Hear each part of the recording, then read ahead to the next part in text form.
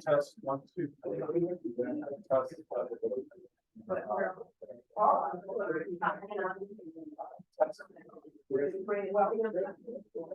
right, here, a little bit. You can go up on. Wait, go up on that. Yes, 1, 2, 3. 4, Tammy, can you hear me in the back there? No, not yet. It's a little bit louder. Test 1, 2, 3. Hey, Danny, that's all. Can you hear me? Yeah. All right, so that sounds good. Does it sound good enough? Is it loud enough? All right, excellent. All right, and then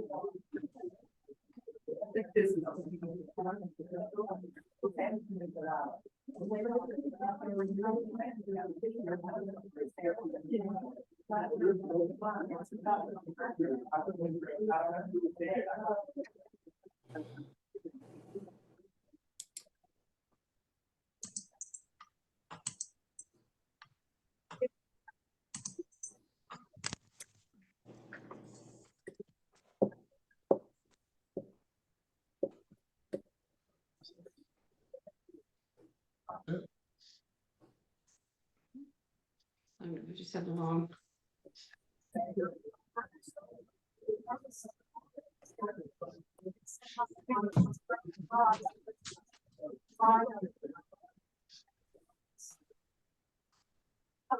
Next week.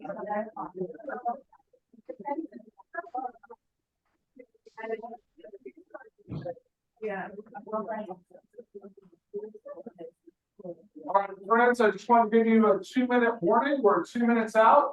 Go ahead and come on in. And on Zoom, can y'all hear me okay? Yes, I see shaking heads saying yes. Good, thanks, thumbs up. Just so you know, if I'm people on Zoom, if I look to my right, that means I'm looking at you because that's where my TV is. If I look straight on, I'm actually looking at the room. So just so y'all know, if you see me looking to the right, that means I'm looking at y'all. So just letting you know that. Also, too, I wanted people to know that here in Wesley Hall, if you're sitting at that back table back there, you're an extra table out than normal, because we're set up for a larger group. Usually we just have 4 sets of tables. So if you're waving at me, if you need my attention for something in the Q&A, give me a big wave, because you're way out there in these old eyes. I try, but y'all are about the limit of my distance out there. So just letting you know. So please help me out with that when that time comes. I don't mind you sitting back there. If we had a smaller group, I'd move up, but we have enough to cover the table. So we'll get started in about a minute.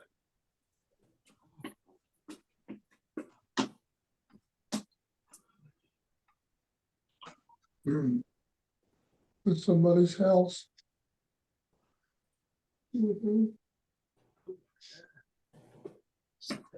Somebody.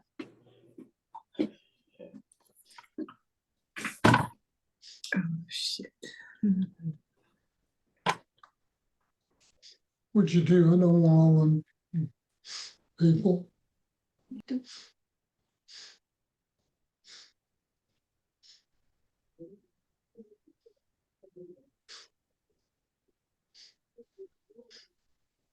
All right, friends, I have it's 10 o'clock, so we're gonna get started right on time like good Methodists.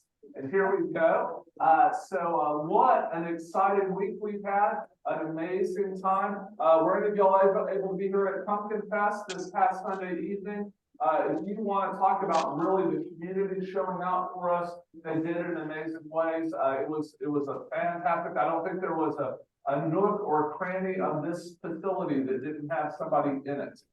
It was amazing. So what a great joy and celebration that was after a lovely Sunday morning.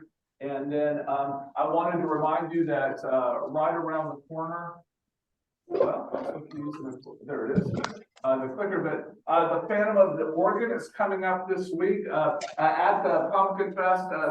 Stephen Discab was actually in the sanctuary playing a little bit, and at one time there were no fewer than 25 children seated around there just staring and seeing all the pedals and things. It's going to be an amazing celebration. I'm not just going to talk about my part where Jack Sparrow comes and puts a hat on me, but all of it. There's going to be dance, there's going to be choir, there's going to be singers and friends from the past 30 years there having an amazing time. So if you're available on Thursday or Friday, I wanted you to be reminded of it. Also, too, this next Sunday at 4 o'clock. Okay, this is not working. Can you go next slide?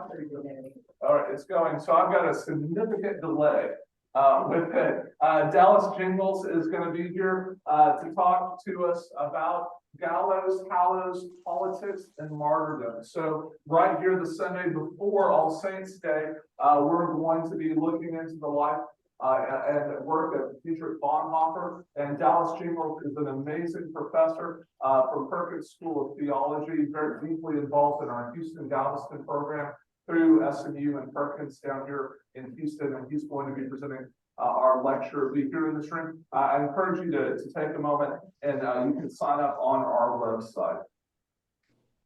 All right, let's see one more time. All right. Yeah, it's giving me like about a second. What? You got me? All right, thanks.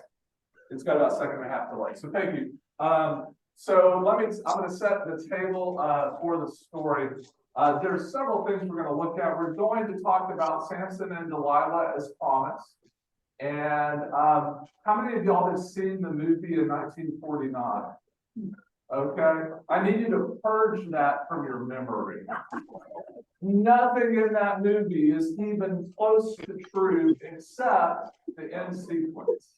Okay, there's not a lot in that movie that's actually accurate. Remember, Samson and Delilah took on a kind of role in American pop culture. Every kind of freak show, Marvin Bailey's traveling circus, all this stuff around the turn of the century would have a strongest man, Samson or Delilah, kind of the most beautiful woman, set up there in it. And so by the 40s, it became like a thing. It took on a life of its own and has very little to do with the Bible. But as we get into the Bible, we're going to have to kind of work some things out. And I'm going to do that in a couple of different ways and give you some avenues to take. But you got to go back and remember what I've told you. If anything Pastor Brad tells you causes you problems with your faith, ignore what I'm saying. Okay? But I'm telling you that I have to kind of work through these things and work them out, or I can't have faith. Okay? So I want to just show you what I'm working out and let you see my homework. And if that helps you, great. If it doesn't help you, then put it off to the side and let it be a little oddity. That's a different way to do it. But I'm not trying to steal what your grandmother told you about Samson and Delilah and take that memory away from you, okay? Everybody in agreement? All right. I thought since we're going right to the heart of one of these old stories in the thing, in the Old Testament, one of these heart stories, I thought we would go to one of my favorite Old Testament theologians, Walter Brueggemann, who some of y'all met when we came here years ago. But this beautiful prayer that was written back in '88, and it's called Our Mother Tongue. So let us pray. We've learned to speak almost every language except our own. We are well schooled in the language of hate and of fear and of greed and of anxiety. We know the language of domination and of excessive deference. We understand completely the grammar of liberalism and conservatism, rhetoric that is revolutionary and reactionary. But we are strangers in a strange land. Teach us afresh to trust our mother tongue of praise and grief. We thank you for our speech teachers, of many mothers and fathers, and many times and many places and many cultures, all of whom know better than do we the ways of truth that heal and of life that enlivens. Be your true word on our lips and receive our utterances back to you. We thank you for our mother tongue, come in the flesh, Jesus Christ our Lord. Amen. Isn't that beautiful? He's such a great writer of prayers. I really enjoy his word. The other thing I want to kind of talk about just briefly before we start is we're going to be talking about the area right now where a lot of bombs are falling currently. This story isn't about that. And my goal in what I say about these stories isn't to make any comment about that. If you want to ask me a question about that after we're done, let me know. But I do want to point out to you, modern Gazans are not Philistines. Okay, they're not the same people. The Arabs came through and repopulated that area during the Great Arab mass migration across all of Palestine and North Africa. So just don't get your history confused and don't try to equate things today to something that is in prehistory back then. It's a whole different story going on. And there's a lot there. Happy to talk about that in the Q&A. But that's not the Samson and Delilah story. But I want to be careful because you're going to hear some names that you're like, I'm hearing that on the TV today, right? Ashkelon, Gaza, Ekron. These are all things that are right now in the news. But these are stories from different times. So I just want to be real clear on that, okay? All right, let's jump on. The first challenge we're going to have is I'm going to set the table for you. So I want you to imagine the romantic dinner. Danny was kind enough to give us flowers today. So here they are, and I remind you they're for you. If you need a reminder of God's grace in your life, something to hold on to, please take or ask for one of these flowers and we'll present it to you. But since I've already got flowers, right now, I'm getting some candles, and I'll put the silverware out. We'll use even we're so fancy tonight, we're gonna have a patent down. And then I'll put the plate inside of it. How about that? Does that look nice? It won't be as good as the tables at the Women's Center that you all get at Sunday. But it'll be nice. I'm gonna set the table in a way that we can hopefully then approach this story with some information. So as we go to the next slide, I want to walk you through what is a Nazarite. Sometimes you will see it spelled with an A. Some of you will see it spelled with an I. There's a debate about how it's to be pronounced because it's from ancient Hebrew and a dead language. It comes from the root word nasir, and nasir means set apartness or holiness or otherness. Okay, and so you have a situation here where you have a Nazarite. Now I know what some of you are thinking. Isn't Jesus from Nazareth? Right? Right? It's a whole different word, a whole different things. To be from Nazareth is a Nazarene or Nazarene. Okay? It's different than being a Nazarite. The Nazarite is a person who has a holy vow. So if you flip over in your Bible and you look at number 6, you might remember it. It comes from a benediction that we say. It's often known as the oldest part of our Bible. That if you heard this, if you go to the journey or grew up in NYF, may the Lord bless you. And oh, y'all have heard it. Oh, yeah. So that's in number 6. If you go up in that chapter and you look right above it, it's how a person can make a vow before God for a temporary period of time and what they have to do to fulfill that vow. And to fulfill that vow, there's some very important things. They have to separate themselves for the Lord, okay? They have to not cut their hair. They shall not shave their head. They also they can't have any wine. They're not allowed to even be around wine. They can't even eat grapes, and they can't also have a raisin. Like that's strict. Nothing about the grape in their body. But if they can do those things, there's the more. So let's go to slide 2 of this.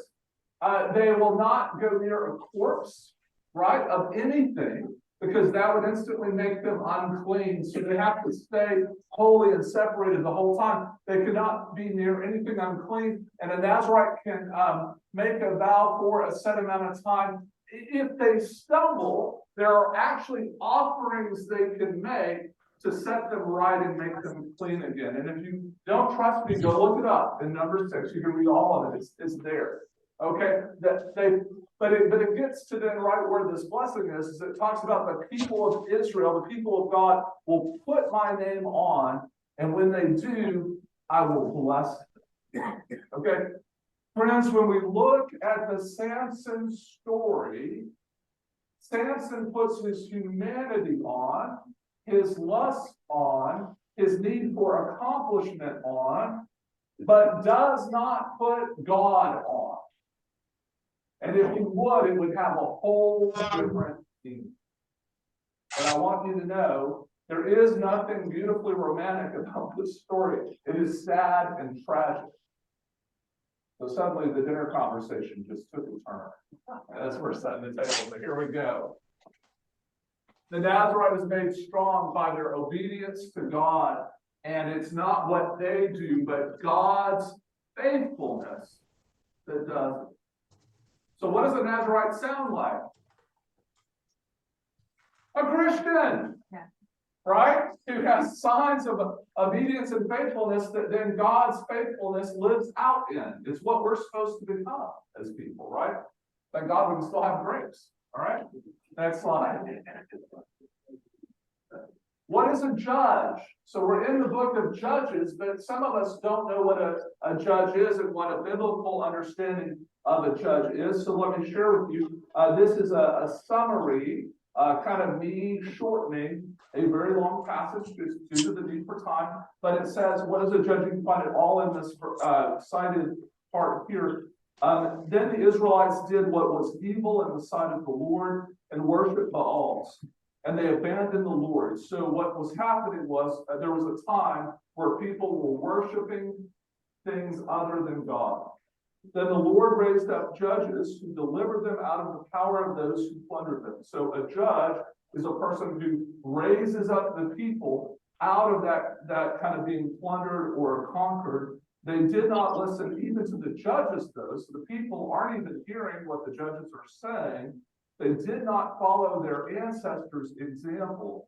So whenever the Lord raised up judges for them, he delivered them from the hand of their enemies. The Lord would be then moved to pity because he had heard their cry, and then he would raise up these judges who would help them, and then they would not drop any of their practices or stubborn ways, though. So they would always kind of start doing again what was evil in the sight of the Lord and fall back into their wicked ways. So I want to show you the next slide here, where you're going to see a kind of a downward staircase.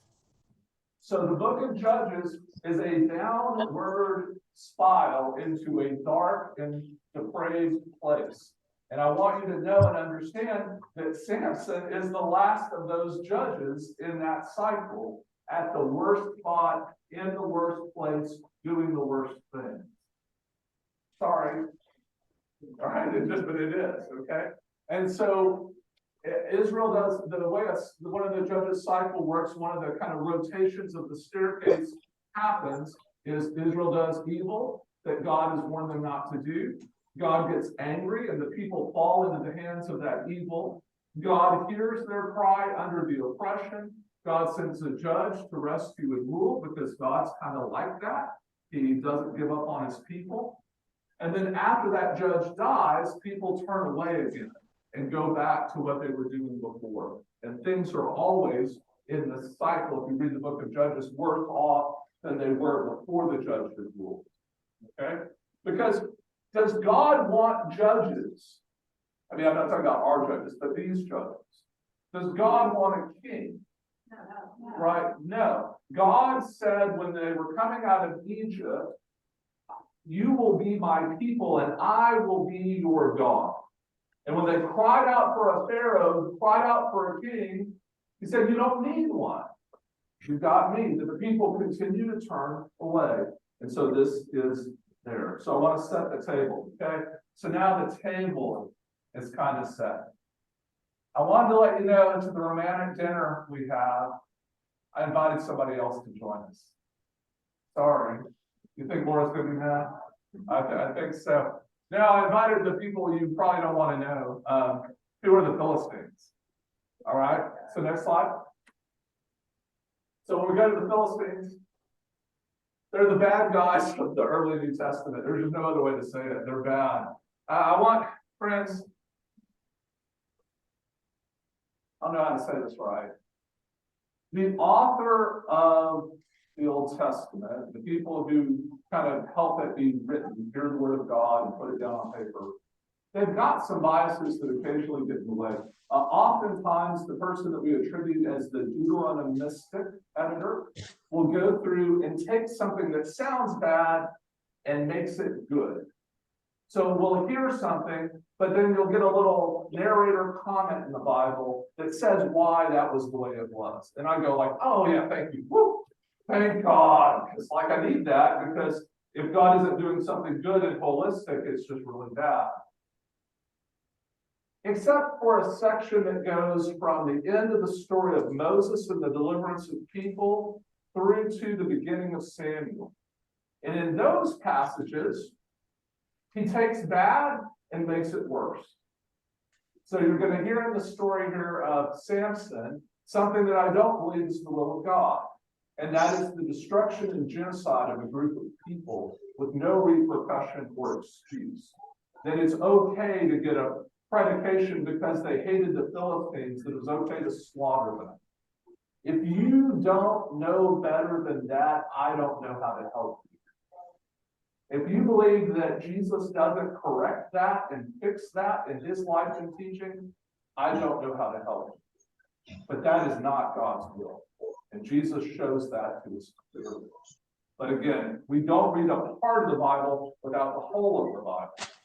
But I want you to know that in no way is the genocide of a group of people okay or acceptable to God's will. It is an abomination. Are we clear? All right. But they're bad. They're so bad that Moses leads Israel around them to avoid conflict. We know from the kind of excavation of those areas and the archaeology that actually they were more advanced. They had just moved into the Iron Age while the rest of Israel was still in the Bronze Age. And this is part of the issue that we have with it. We do think if you ever study the Hyksos or the year of 1067 and what happened in ancient history, we think they are those Sioux peoples. They seem to be who it is. They gave all kinds of fits to the Egyptians and settled here in the coast. The reason they settled here in what is very similar to the outline of what modern day kind of what we call the Gaza Strip is because it's the most arable and best land in that region with some seasonal water in it, as opposed to the hills where you can only graze sheep and not have a real kind of product of the fields and vineyards and those kind of things. You have to go down into the coastal valley to do that. Okay. But all that's going on. Yeah, the scouts by Moses were afraid of them, but they are the word here. We're all adults, right? But they are the uncircumcised, is how it says it in the Hebrew. Actually, the Hebrew is it's kind of grosser than that. It calls it the foreskin ones, and it's just so I like the uncircumcised, and they sound a little gentler, but it is what it is. All right, next slide. All right, myth and misogyny. I didn't know who to put up here based on that. Age will be what you know. Do you even know who this is? Some of you will not. Some of you will not. He's Thanos. He's a character from Marvel that wipes out half of humanity. Danny's back there, the younger one. He knows who that is. In any given movie, he is probably in a movie that was filmed. He probably killed more people. Right? He wiped out like literally half the population of all the universe. According to the Marvel comics world. I could have put up Arnold Schwarzenegger or Sylvester Stallone for people to have a different, like you watch a movie of them and all of a sudden all these bodies are just getting killed all over the place. It's kind of gruesome and bad. The truth is, that's what Samson does. Samson is going to kill sometime around 5,500 people, and they brag about it. So that the tagline at the end is it's a joy because he killed more in his death than he did in his life. Because the only good Philistine is a dead Philistine. Okay? Again, it's why I say for literalists who believe every word in the Bible is the same way, this should cause you a pain in the brain. Okay? Because if it is, I don't really believe in that God. That's why Jesus' words matter more. All right? But there's misogyny throughout this story. Barrenness is understood to be the woman's issue. There's no understanding of male infertility in it. That's just not even on their radar. So just to know, if a woman is barren in this text, that's not what we think about it today. I've covered this before. I'll talk about it if you have Q&A. Also, too, remember how I said in different parts that women are treated as property, and some of you will come to me after sessions and say, well, Brad, well, it wasn't quite that bad as maybe you played it out to be and all that. Yeah, it is that bad and worse than this. And you'll see dudes doing deals on women in the stories we're having. So I need to put that, like, what do they call that now? Where you put an alert on a movie before you show it. Triggering warning. That's a triggering warning, right? Also, too, almost none of the women are named, even very important women, like the smart woman who's Manoah's wife. I'll walk you through that in a minute. And there's no negative comment about prostitution. It's accepted as something that was. They don't speak about the evils and the deplorability of men who divorced their wives, throw them away, and suddenly they had no choice but to sell their bodies to be able to make a living for their children. Okay? To me, God would pay attention to all of this. Okay? Myth. Again, more will be killed by Samson than any of these kind of movie characters, Schwarzenegger or Stallone, any of them. Killing a Philistine is perceived to be okay, and the stories are literally fantastic, like beyond belief. And so it's much more like a Paul Bunyan tale when I say myth than it is like a real human being tale. It's more like Davy Crockett killing all these people, so a real historical figure, but the myth about him was so large that y'all all sing that song. If I start singing, Davy, oh, y'all heard it. Okay, you see? Yeah. But a lot of those are made up. All right, next story. Slide. Okay. I'm going to take you to our seventh, I think it's our seventh, if I'm counting right, love story.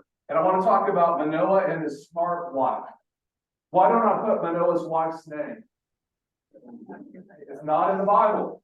All right. So I can't put it. I want to put it there, but it's there. What happens is, go to the next slide, an angel appears with a familiar story. Okay. You know that what has happened is that the Israelites, again, have done what is evil in the sight of the Lord, and the Lord gave them into the hands of the Philistines for 40 years. Manoah has this wife who's barren, and an angel of the Lord appears to the woman and tells her that she will bear a son. Okay, be careful because he will be a Nazirite at birth. So he gives her a list of things she needs to do, and he seems to really focus on the stay away from wine or any kind of great product. He will, and to never shave his head or allow a razor to touch his head. And they said he will be the one to deliver Israel from the Philistines. So you are going to give birth to a savior, is the actual language in Hebrew. Do we hear that any other time in our Bible? Yeah, a couple of times, right? Well, who's the most famous one? And let's just say we celebrated at Christmas, right? Is Mary. Okay. Now we're told that she's a young woman, and that's why she's living without child. But this woman is able to bear a child, has an angel, and literally here is the angel of the Lord.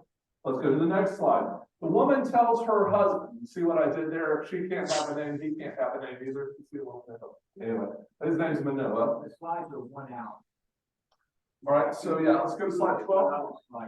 Yeah, there you go. The woman tells her husband, I'm so sorry that little clicker wasn't working, it was having a long delay. Apologize. The Israelites again did what was evil in the sight of the Lord, and the Lord gave them there. Manoah has oh, we able to do that? Okay, let's go to slide 13. No. Next slide. Yeah, there it goes. So Manoah prays. So after this, his wife tells him, he basically doesn't I don't know, I'll just say it. I've already said misogyny, so let me speak it. The man doesn't trust the female witness because their word was not considered reliable. And so he prays to God to come show up. Okay? It's there also in the Easter story. Remember how the women see, and then Peter has to run in one of the Gospels to the tomb to see what happened?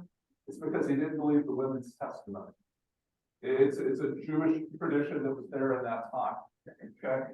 It's a problem, but he prays out, "Oh Lord, I pray, let the man of God whom you sent come to us again and teach us what we are to do concerning the boy who will be born." Even though the book of Judges has expressly said that she restated to him everything exactly as the angel had said. Perhaps the author of Judges is making a statement about this as well. Okay? But God listens and sends the angel again. And the angel goes to where the guy should be out in the field. And who's out in the field? Well, Manoah's smart wife, out there working hard. And she runs, though, this time and gets Manoah. Manoah talks to the angel. "Now, when your words come true, what is to be the boy's rule of life? What is he to do?" "Exactly everything that I had told your wife." And so that's what the angel says to him. It's a little bit kind of funny. He restates it again, but it's in all three times it's verbatim. And so you can tell the angel's a little put out with Manoah at this point. Okay? And then Manoah begs him, so next slide. Manoah begs him to stay. That's right, the angel appears, repeats himself. Next slide, I already said that. He insists that he stays for dinner, and then Manoah makes an offering. The angel of the Lord ascends in the flame of the offering, though. It's amazing. And we're told Manoah and his wife, it says they throw themselves, the saying is they throw their face on the floor. And in Hebrew, that means they fall down and worship. They're in awe and reverence and a bit scared. And then Manoah realizes finally, and this wasn't just some dude, this is an angel. Finally, I mean, he didn't listen to his wife. He didn't listen to the angel when the angel was talking. He then asked the angel, to name himself, and he says, "Oh, my name's too wonderful." I mean, he goes through this whole pattern and never kind of gets it. So finally, now that he ascends in the flame and the smoke up to heaven, he gets it.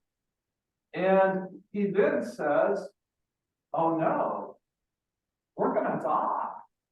We saw God and we can't see God." And Manoah, here I put smart wife in the thing on slide 15. Manoah's smart wife said, "If the Lord had meant to kill us, he would not have accepted a burnt offering and a grain offering in our hands, or shown all these things, or now all announced such thing as these, like our son is going to be a savior." Right? I mean, if God wanted to take us out, dude, God could get us. All right. And so I think Judges is making a little bit of fun of some people's stuff. Samson is then born at the beginning of 14. And he's there. And is he a brat or not? I don't know. Let's take a look in slide 16.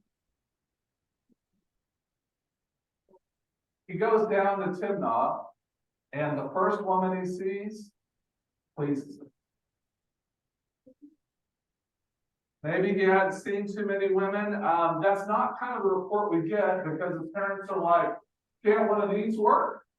Can't one of our own people be good enough for you?" All right, it's a bit of a problem, but you have to understand that at this time, it's not like now where when we think about the Gaza Strip, there's clear separation. There is none at this time. At this time, you have a large area of land where people are cohabitating and different tribal groups are living almost on top of each other in this kind of area. And that's where it is. The other issue too is Timnah has something unusual there. It's a place of vineyards, right? So what's he not supposed to do? Right. And so, his parents object. I'm sure Ruth did as well. But Samson insists that they go get this woman for him. An editorial comment appears, this is where it is, in 14:4, that indeed this would then be the pretext, like the parents didn't understand that God would use this as the pretext to allow Samson to kill and slaughter a bunch of Philistines. Okay. And then the family heads to Timnah for the wedding.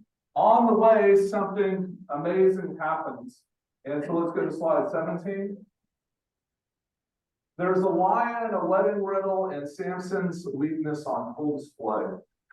And in the vineyard of Timnah, a lion roars at Samuel. You'll see the picture here. So I went up for the Society for the Scientific Study of Religion and the Religious Research Association's conference up in Salt Lake City, Utah this past weekend, and made a little day trip of it, and got to go, and Laura got to go with me, which was really fun. And so we got to tour the state capitol early Saturday morning, and I thought this picture was too good to pass up about our story, because there's the lion, right, that Samson is going to rip in half like it's a little kid, a little a sheep or goat, right? That he's going to be able to rip in half with his bare hands. And there's Laura wearing her Baal, right? Because the University of Texas cow looks just like the cows that were worshipped in Baal worship.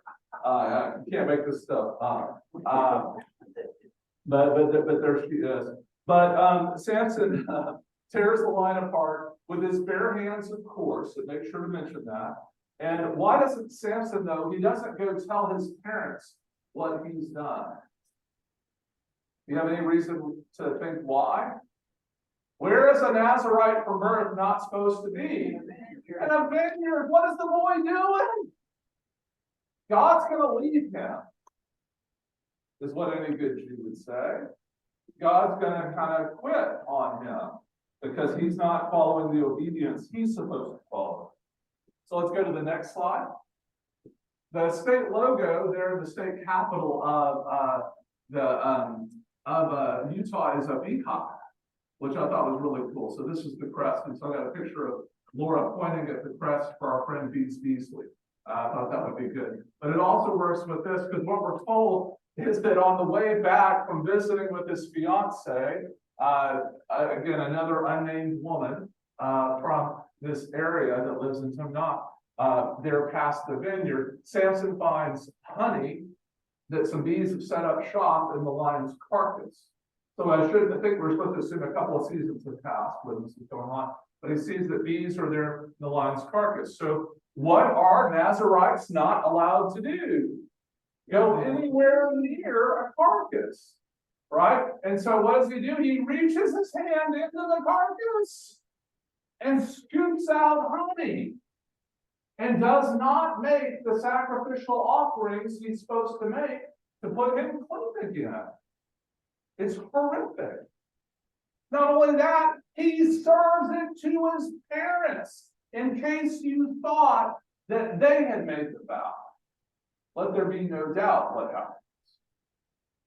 And then we're told about the way the wedding feast is going to go on. And there's these 30 companions that come in, and we'll go to the next slide.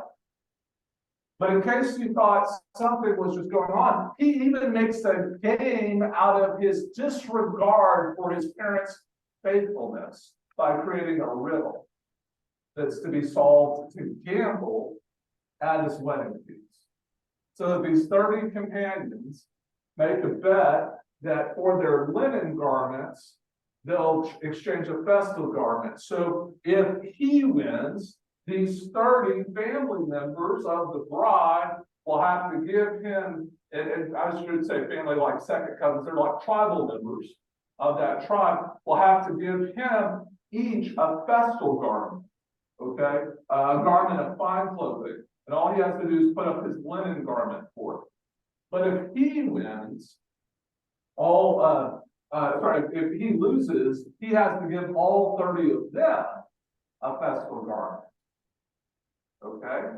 So that's the kind of gamble. And he knows that he's the only person in the world that knows the answer to the riddle, right? And the riddle is out of the eater came something to eat, out of the strong came something sweet. all right? As cryptic as you can get. Things go on a little bit, but friends, I want to tell you, Samson's gonna lose the riddle. Next slide. What happens is the men of the town say, that they get it right, but what happens in between here is that they go and they threaten his fiance. And they say, look, if your fiance, they don't say to him, they say to the fiance, they say, look, if you don't tell us the answer to the riddle, we're going to burn down your house, kill your father, and kill you. Man, you thought your family was jacked up. You got nothing on her. I mean, oh my goodness, that's horrible. And so what happens is she goes to him and says, you don't really love me. You don't really care about me. How can you say you love me when you haven't told me this and all that? So he finally says, look, I haven't even told my mom and dad. And she still presses, and so he gives in. This is going to be his weakness over and over and over again, friends. And so in that weakness, what we have here is that he loses. And so they answer, what is sweeter than honey? What is stronger than a lion? And they do that on the last possible moment of the week of festivities to make this great proclamation. And Samson replies to them immediately, if you had not plowed with my heifer, you would not have found my riddle. Okay? And he's distraught because he knows that she's the only person who could have told it.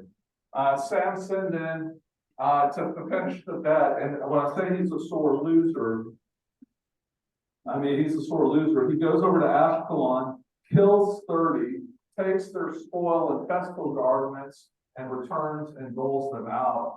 Then, if we'll go to the next slide, slide 21, in hot anger, Samson went back to his father's house. Now, of course, I know what all of you are saying. You're saying, well, in Deuteronomy 24, it's very clear that if a man at the wedding feast is displeased with his bride and gives her a divorce because he can't stand her and she gives him a divorce, he goes back to his father's house and the transaction is null, void, and broken. Right? Y'all all know that one, right? No? Never heard of it? Well, it's there. It's in Deuteronomy. Okay? And so here at this point, you think everything's off. Or at least that's what is thought by Samson's supposed father-in-law. So Samson's wife is given to his best man. You didn't know that's the purpose of the best man. If something happens to the room, the woman's supposed to give it. Anyway, it's contractual things. After a while, Samson goes to visit the wife, though. And he brings along a little kid. It's not a child. It's talking about a goat. He brings along a goat to say he's sorry. Because a goat is what makes everything right at our little dinner party, right? So sorry I didn't brought the Philistines. Here's a goat. We're having cabrito this evening, all right? And so the father-in-law will not let him enter, but says, hey, look, her younger sister is more beautiful anyway. Just take her. But did I say it's misogynistic, guys? I'm sorry. What Judges says. So I'm just sharing with you what's in there. Well, that's not good. And so let's go to slide 22. Did I mention Samson doesn't like to lose? He gathers up 300 foxes, which I don't know if you've tried to gather foxes before, but apparently the English have a whole hunt. They're not easy to gather. But again, it's a little bit supernatural tale that he gathers 300 together. And then he ties their tails together end to end and ties a torch to their tails. And then he sets them loose in the food stores of the Philistines and basically burns everything down. When the Philistines learn who did this, they come up and they learn that it's his father-in-law and theirs, because of course everyone in town doesn't want the Philistines killing them. And they end up doing what was said the companions were going to do if the bet had been lost. They kill the father-in-law and kill his wife. Okay. And then Samson said to them, if this is what you do, I swear I will not stop until I have taken revenge on you. He struck them down hip and thigh with great slaughter, and he went down and lived in the cleft of a rock. Okay, so he has slaughtered a bunch of Philistines to take vengeance for what has happened after he had set all their stuff on fire. He has lost his wife and father-in-law in that family, and now he's gone and hid in a cleft of a rock at a place called Edom, E-T-A-M. And at the end of this, I do have a little slide for you. If you want to relook at all the geography later, it's there worth a look. But for time's sake, we're going to just kind of keep going. He then has a place there in the rock. The Philistines, though, needless to say, come up for war. And they're going to track him down and find him because they can't let this guy keep going all over their country, burning up food stores and killing people and everything like that. And so then 3,000 men of Judah come out of their places of work in the fields and mountains and shepherding, and they all arrive to find out what's going on. And when they get to Samson, they confront him and say, look, don't you know the Philistines rule over us? Is that what the army of the people of God are supposed to say? Is that what's supposed to happen to the people of the army of the Lord? Are you supposed to gather and then say, hey, we're 3,000 strong, but we actually need to submit to the Philistines? What are they supposed to say? They're supposed to say, that God is our Lord. God is with us, right? We have a way to do things. So Samson replies, though, here in slide 23, I've just done to them what they have done to me. And yeah, it's bad. Yeah. So let's go to slide 24. The men of Judah said to him, we have come down to bind you so that we may give you into the hands of the Philistines. So they have a hero like David will be a few hundred years later, right there, who can lead them. And instead of following his lead, they want to bind him and give him over to their enemy so that they can have peace. It's pretty bad. Samson answered them, swear to me that you yourselves will not attack me. And they said, no, we're not going to attack you. We're just going to bind you. And they said to him that. And then what happens is he walks towards the Philistines, and they found him kind of. So let's go to slide 25. And there's a part I didn't put in here, but it literally says like the rope melted off as if it had been on fire and burned. And literally the Spirit of the Lord rushed upon Samson, and the rope, oh yeah, there it is in 14, ropes fall off. Samson finds the jawbone of a donkey and then turns around and slaughters 1,000 of the Philistines with it and kills them.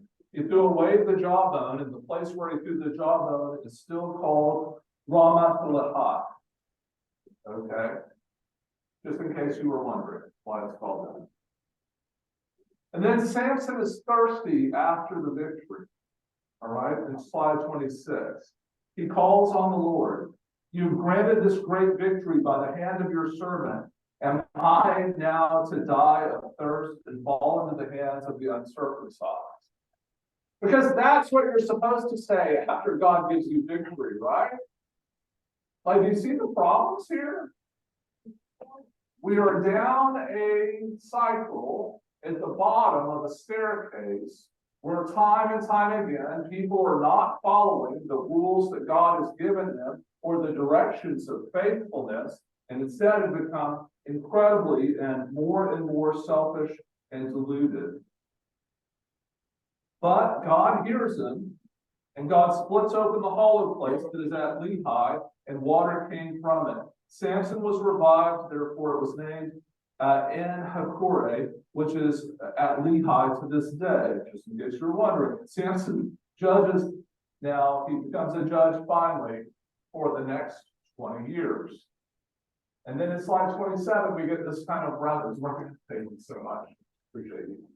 And friends, just so you know, we tested this before. It literally, the battery broke where it would have the delay. like sometime between 2 minutes before and when we started, so sorry about that.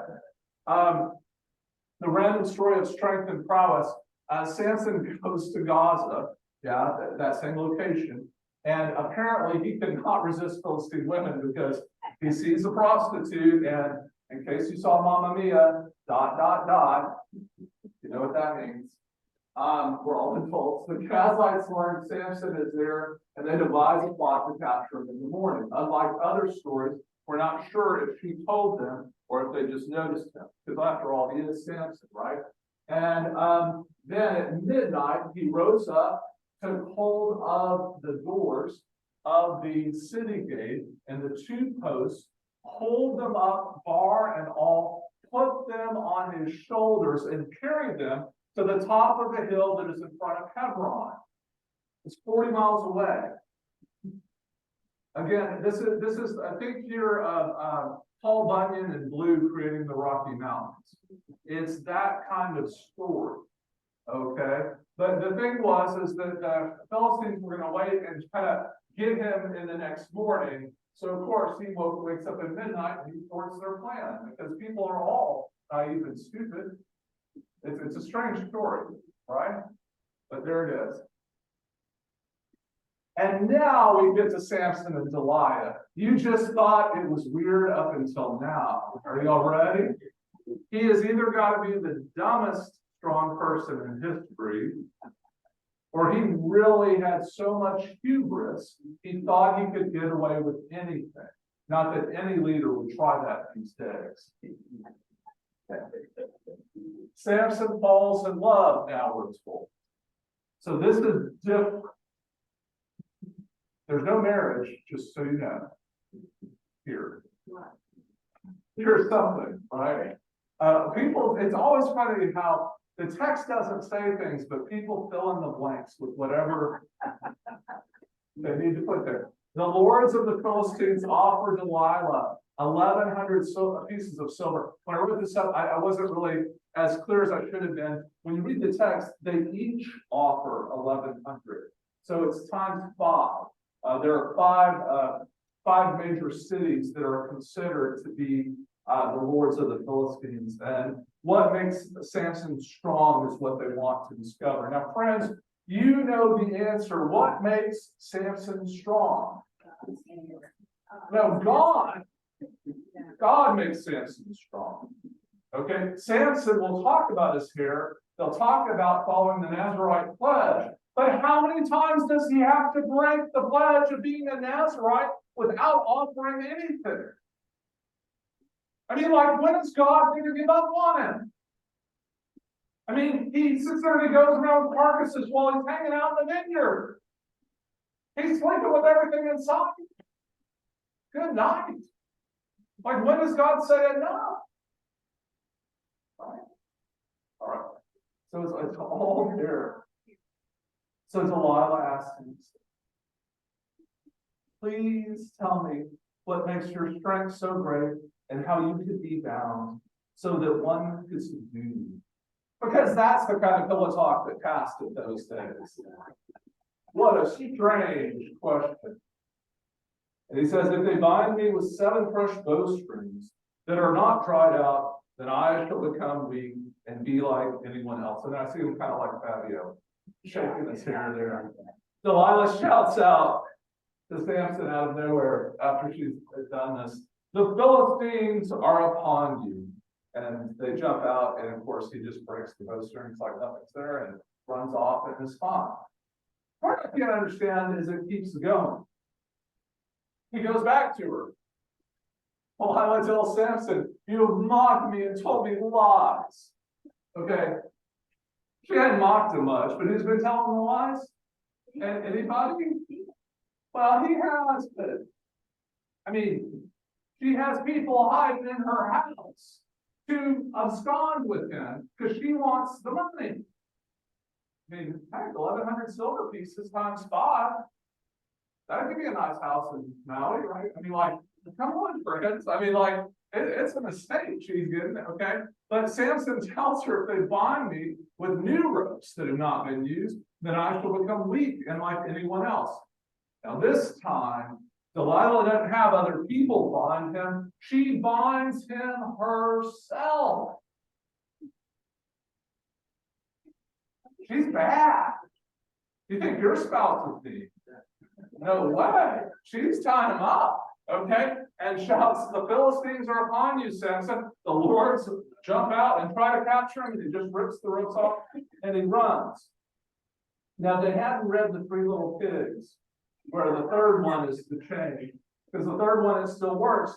Delilah tells Samson again, until now you have mocked me and told me lies. Tell me how you could be bound. And Samson tells her, if you weave the 7 locks of my head with the web and make it tight with the pin that she uses for needlework and stuff, I'll be like anyone else. Weave.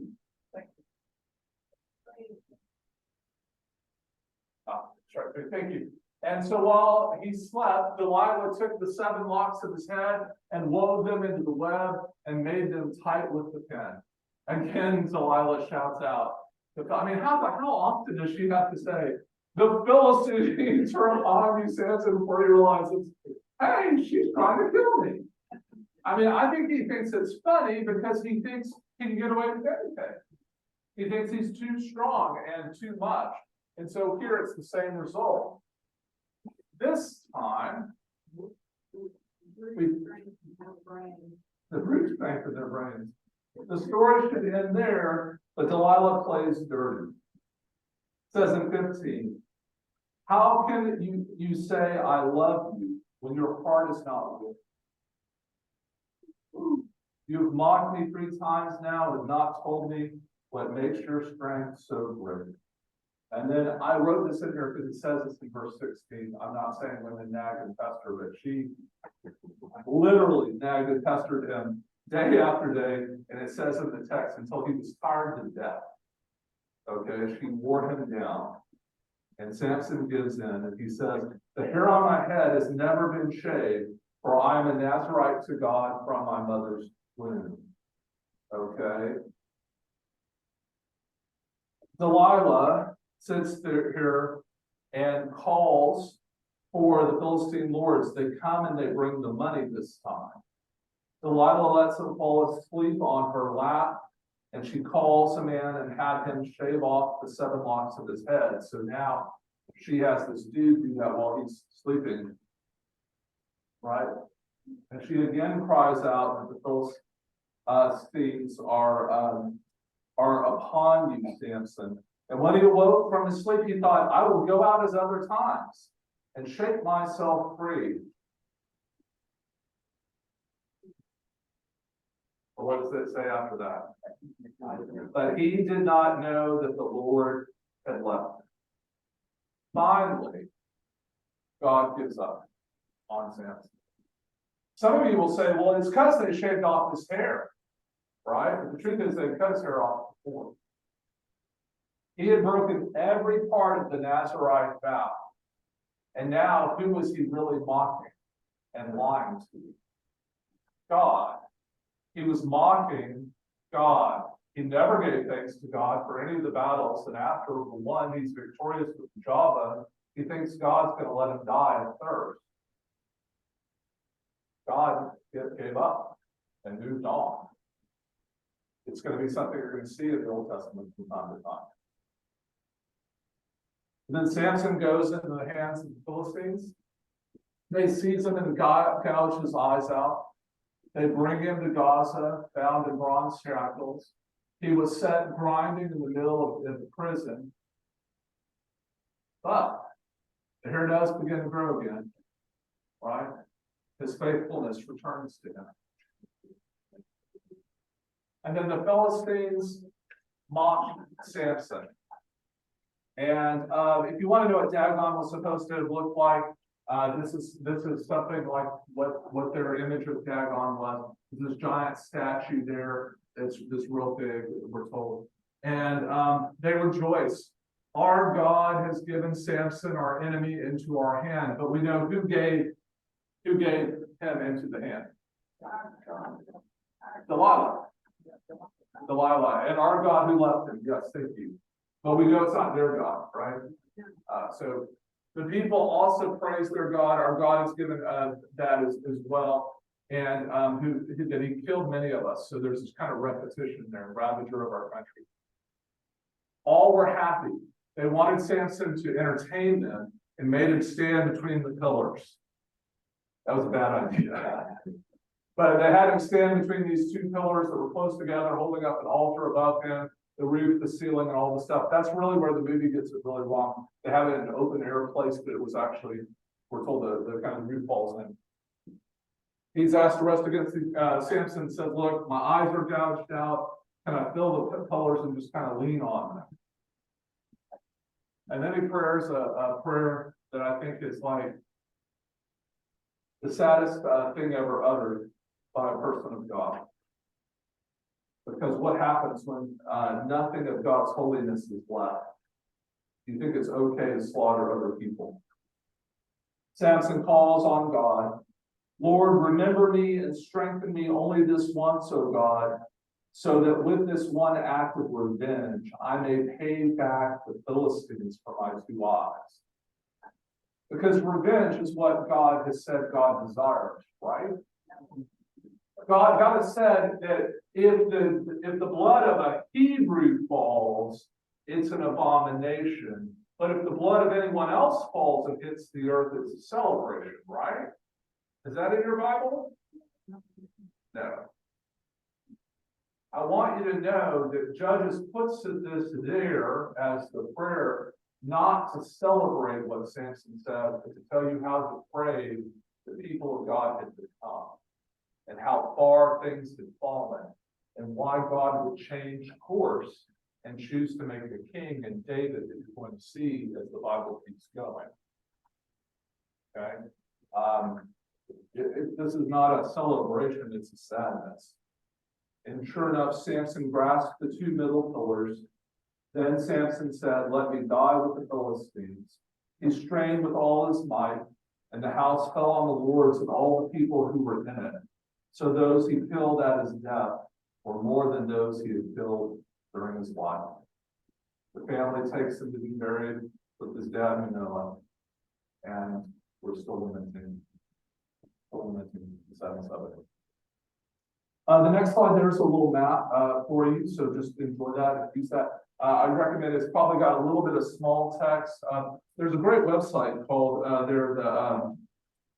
the BibleMapper.com that's written by somebody who did a lot of the maps for Zondervan's Bible Atlas, and the ones that he did personally, he put them up there for free for people to use, as long as he's given credit for that work. And so this is a non-commercial purpose for the use of that work. And I'm glad to share that map with you because I thought you would enjoy seeing that, a little bit of that movement. But as we get to this last kind of slide, how do we make our love real in the world? I just want to ask some questions. I mean, how does our culture kind of make it difficult to follow God? Do we have our modern forms of misogyny and things that keep us from fully valuing every human being? God calls us into a world of valuing everyone that we encounter and their fullness of humanity. Do we have things in our own culture, either tribal boundaries or national identities, that keep us from valuing everyone in the way God would have us do that? Also, how is your faithfulness made known? Are you putting your trust in your hair? Probably not. What about your house? What about your 401k? What about your medical plan? Don't hear me wrong, I'm not saying you shouldn't have health insurance, but friends, we're all going to die someday. Where is your trust? Is it in God? Or is it in things of this world? And then God answers when we ask. When was the last time you inquired? I'm amazed that at the end of the story, with all of the recrimination and guilt that is equally shared in so many ways by so many people in this story, that God still answered Samson. So what does it mean we have a God who, even after giving up on us, right? It said that God left Samson. Like, do you understand? I mean, like, it doesn't say God kind of stayed with him. God kind of got mad at him. It said God left him. And yet still heard his prayer. What does that mean for us? So I thought those were pretty special. All right. Well, I'll take any questions. Sorry, I went a little bit long. It's kind of a fun topic. I think Laura's ready to have me back from Samson. I did a lot of research on this, a lot of reading. I would submit to you if you're really wanting more on this. Barrett Olam is a Bible commentary that has probably the deepest dive into all of the literature on this. Really. What? Yeah, B-E-R-A-T, Barat. Elam, E-L-A-M. And it's got the deepest dive into this and summarizes a lot of the midrash. Yeah. This is probably minuscule, but it says here, or you have here that it was found in bronze. Yeah. Specifically says bronze, and you said that was the Israelites were still in the bronze age. Yeah, I mean, so yeah, and so the bronze shackles are an interesting commentary. So she's saying, I mentioned about the movement of the Philistines to the Iron Age ahead of the Bronze Age of the people who were living in the mountainous area there, the Canaanites in Proto Israel, in the archaeological record. And then but you're saying that it's fascinating that it mentions bronze shackle. I think what it's trying to denote there is it was a form of metal he couldn't break away. So they're not worried about Bronze Age or Iron Age in that text. And the reason I'm bringing that up with Philistines is it plays into the story of David a lot, and the weapons that are chosen. I thought maybe it might meant to do the one probably. No. They're going to still have bronze down there too. So when somebody moves into the Iron Age, they still have iron and bronze and stuff like that. So it's no big deal. But the shackle, well, I think what we're supposed to see is that this isn't just rope, right? He's been breaking out of rope all the time. This is something strong. Now, here's the bigger problem. He lifted up the whole gates. Yeah. Like, right, so if God hadn't left him, maybe that's what it's pointing out. He just had bronze shackles on. Right? If you can lift the city gate, I mean, friends, y'all are here at Wesley Hall, and you're looking at that door set there. The city gates in Israel at this time and in that area, they've got 3 different entry points that are of that size and these big beams and metal things. And so he literally picks all that up on his shoulders and carries it 40 miles. And he didn't. Right? I mean, this is a tale. It's a myth. It's like Paul Bunyan did that. Did something happen that he won a victory? Absolutely. We've got every reason to believe that. This is Davy Crockett kind of stuff. He killed all those bears. He killed 100 bears with his bare hands. Now he had a right. He was This is kind of a two-part. For the vows of the Nazarite, were they the same vows for every Nazarite, or were there certain? Yeah, people are trying to solve this problem that way. So Ginger asked, were the vows of the Nazarite different? So for different people, they were different. So we need to cut Samson some slack because he didn't. I mean, the reason that's challenging is Samson is kind of rebelling against his parents by his actions as well. And God. Yeah, and God as well. So that those two things are united. I think though, I don't think the authors of either Numbers or Judges would be okay with saying that there were different kind of levels with the Nazarites. I think it's here's the problem we're always wrestling with. Does God bless, sustain, or help us because we do something? Or does God bless and sustain us and help us because God needs something done? Okay, I'm of the mind that God does what God needs done, and we're blessed if we get to be part of it. And it's why I often ask the church the question to say, friends, y'all may want to get on board with this or not. It's up to you. But God's kind of going to do this thing, and we'll either be part of it, or we'll create barriers that keep us from being part of what God's up to in this new generation. Because God's not going to be without limits. So it's just a thing. I would say the bigger problem today is we just don't even think about property. And in that way, we're a lot like Saints. We so are into our own hubris and our own action that we think we do all of this stuff in our lives. We're like the guy who was the old Jimmy Stewart. I can't even talk like, you know, I can't do the voice, to kind of do it, but like what he says in that prayer of Shenandoah.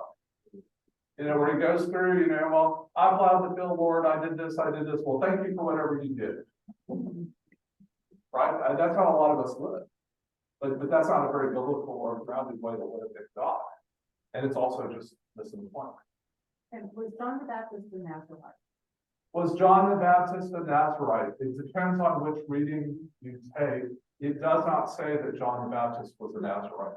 By the time of Jesus, the Nazarite, and in fact, even by the time of Deuteronomy, so the story of Samson is kind of a tall tale that leads to the tradition of the Nazarite, not kind of the other way around.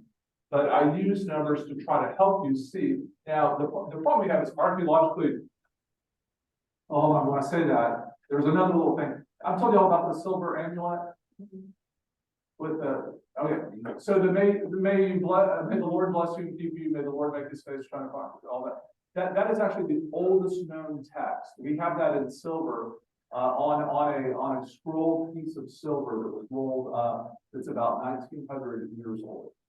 So that's, I'm sorry, 1900 years before Jesus. So BC. So we know that we have something there that's that old, that is from Numbers. So that Numbers tradition is there very early on. We think some, and again, it's wildly speculative. It tells you a lot about the person thinking about it. What I've read that's fascinating is that this tradition of the Nazarite is an early part of the tradition, and it kind of lingers, and you get it kind of being trying to be worked out in Judges. Now, for the people sitting down writing Judges, they've got this kind of oldest text, and they've got this old story, and they're trying to blend them together in a way that will have meaning for us and help us discern our faithfulness. I think I lend into, because I try to, even when I'm saying how bad the text is, I still try to be kind of an advocate for it. I don't know if you heard that come out, but I still try to advocate for it, to say that, you know, my hope is that they're trying to show you how bad the world can get and how it leads you to the point when you really lose your faith and put big belief in God, and you maybe put yourself in the place of God. It leads to violence and heartache and destruction. It's not God's will. You just want vengeance. And so I try to give that interpretation. And that's also the interpretive lens that most the Midrash and rabbis have gone to for thousands of years on it. However, the problem with that interpretation I just gave you is God answering his prayer for vengeance. I don't know what to do with that. I was told that somebody told me, Brad, you need to write that up. You need to write a book on that. And I don't know that I want to. Because it's dark. I mean, I've been working through this and reading it on planes and back and forth and going deep. I spent all half the day last night just kind of reading this over and over and over again. I couldn't get tired of telling it. I tried, but it's tough text. I mean, it's right up there with Joshua. You'll never hear me preach Joshua. I don't believe God wants the destruction of these people. If not, things are total vanity. I mean, it's just it mocks Jesus. It mocks Jesus. Jesus breaks down the differences between, you know, because he doesn't try to instill them in forceful way. That's very because there's a mirroring of the birth saying down they just coming and give it to birth. You know, what is it like the juxtaposition of Samson presenting to Jesus is not he back on the dead. It's like, yeah, don't go get it. He didn't say go get it. Right. Forgive them, Lord, for they know not what they do on the cross. Right. What a great question. Jason wants me to go ahead and write the whole book as a juxtaposition between who Samson is and who Jesus is, and the bottom of the judge's cycle and the height of the king of God becoming Lord of all in that salvation history. No, what a great thing. You can take the metaphor there. The probably a little bit closer is going to be what we do with Eli. Because I think the author of 1st and 2nd Samuel is going to have the story of Samson in front of them and have it well known. And so there's another story where you have that same kind of promise. But there are parallels there. But what I don't want to do, it's hard for me to make Samson into an anti-hero. Instead, I think of sadness, but maybe I should. Maybe I need to. Maybe that's my own. You did a very good job. Oh, I just did a very good job of that, of making him into the anti-hero. Well, then maybe I need to keep playing into that because I felt guilty the whole time. I felt bad about kind of taking that position against him. The your family thing perfect. Samson is out. Yeah, Samson has always been like a comic book movie. Yeah. The hero that comes in and dominates everyone and everyone gets like God's power. The way he said, I was like, oh, maybe not. Yeah, maybe I should be looking at the people who did it great. That was great. Oh, thanks, Chris. Thank you. Someone It was. makes me wonder why I don't see nothing. I see love, then I see control, and I, you know. And that- Yeah, so I don't see love at all, you know. So why is it the second to last love story I'm gonna share with y'all as we kind of do through the season? There's a thing called in logic called the contrapositive. That you make the point of the rule you're trying to show is an axiomatic value. It's a value that has to be there all the time. And what you do is you show the opposite of it. And it makes you go, well, dang, we don't believe that. We believe this. Right? And so I'm trying to make y'all more loving by showing you how unloving and selfish Samson was. Because you're going to be like, well, I don't want to be like him. Right? No, that's not right. You see? So I don't know if it worked or not. I'll try. I'm also trying to undo a book that's out there and in the New York Times bestseller list called Love Stories of the Bible. I think she's flat out wrong. I think she makes some arguments about God that I find fall apart. Yeah, sorry. I wonder, Samson's parents obviously made this commitment. I wonder, did Samson really make this commitment, or was he put into it? And he really never actually wanted to be Nazarite, not drink wine, and all that. I mean, I would think that would be like a fun. That's such a great question. Yeah, so you're basically asking to psychoanalyze Yeah. Samson, and I'm willing to do it. I'll entertain. Let's go. Because I've been more, I mean, man, it's like the Samson and Delilah part alone is not even a full chapter.